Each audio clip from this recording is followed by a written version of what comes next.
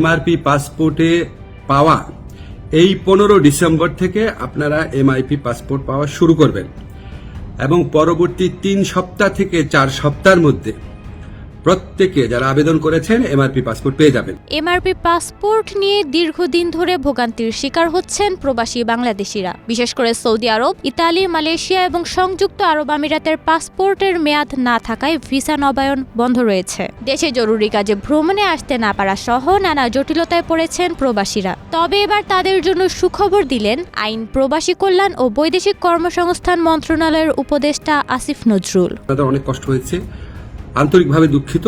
তবে ইনশাআল্লাহ 15 ডিসেম্বর থেকে পাসপোর্ট পাওয়া শুরু করবেন আপনারা, এমআরপি পাসপোর্ট।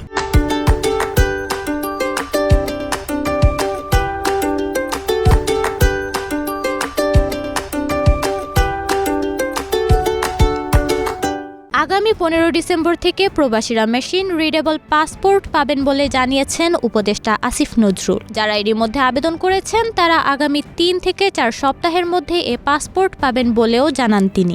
অনেক সাফারিংস হয়েছে, অনেক কষ্ট হয়েছে, এটার জন্য অনেক ধরনের হয়রানি হয়েছে, সেটার জন্য আন্তরিকভাবে দুঃখিত।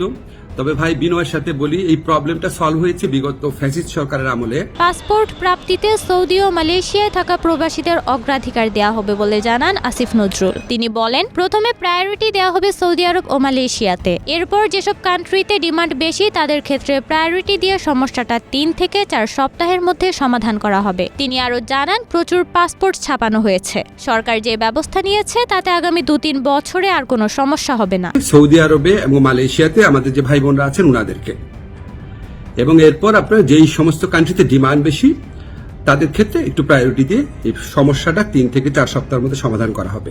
এমআরপি পাসপোর্ট পাওয়ার জটিলতা নিয়ে আসিফ নজরুল বলেন, এই জটিলতা তৈরি হয়েছে বিগত ফ্যাসিস্ট সরকারের আমলে। তৎকালীন মন্ত্রী নিয়ম বহির্ভূতভাবে পাসপোর্ট ছাপানোর কাজ তার এক পরিচিত কোম্পানিকে দেওয়ার চেষ্টা করেছিলেন, যার ফলে 1.5 বছর সময়ক্ষেপণ হয়েছে। সেটি বাতিল করে দ্রুত সবকিছু সমাধান করতে কিছু দেরি হয়েছে। তবে আগামী 15 ডিসেম্বর থেকে এ পাসপোর্ট দেয়া শুরু হবে। প্রবাসীদের সহযোগিতার জন্য প্রয়োজনে বায়োমেট্রিক নিতে সংশ্লিষ্ট দেশগুলোতে সরকারের টিম যাবে বলেও জানান তিনি। ই পাসপোর্টের ক্ষেত্রে আপনাদের সহযোগিতা করার জন্য আমাদের ডিসিশন হয়েছে যে এখান থেকে দরকার হলে টিম যাবে বায়োমেট্রিক ডেটা নেওয়ার জন্য। নওরিন নাওয়ার, প্রবাস খবর।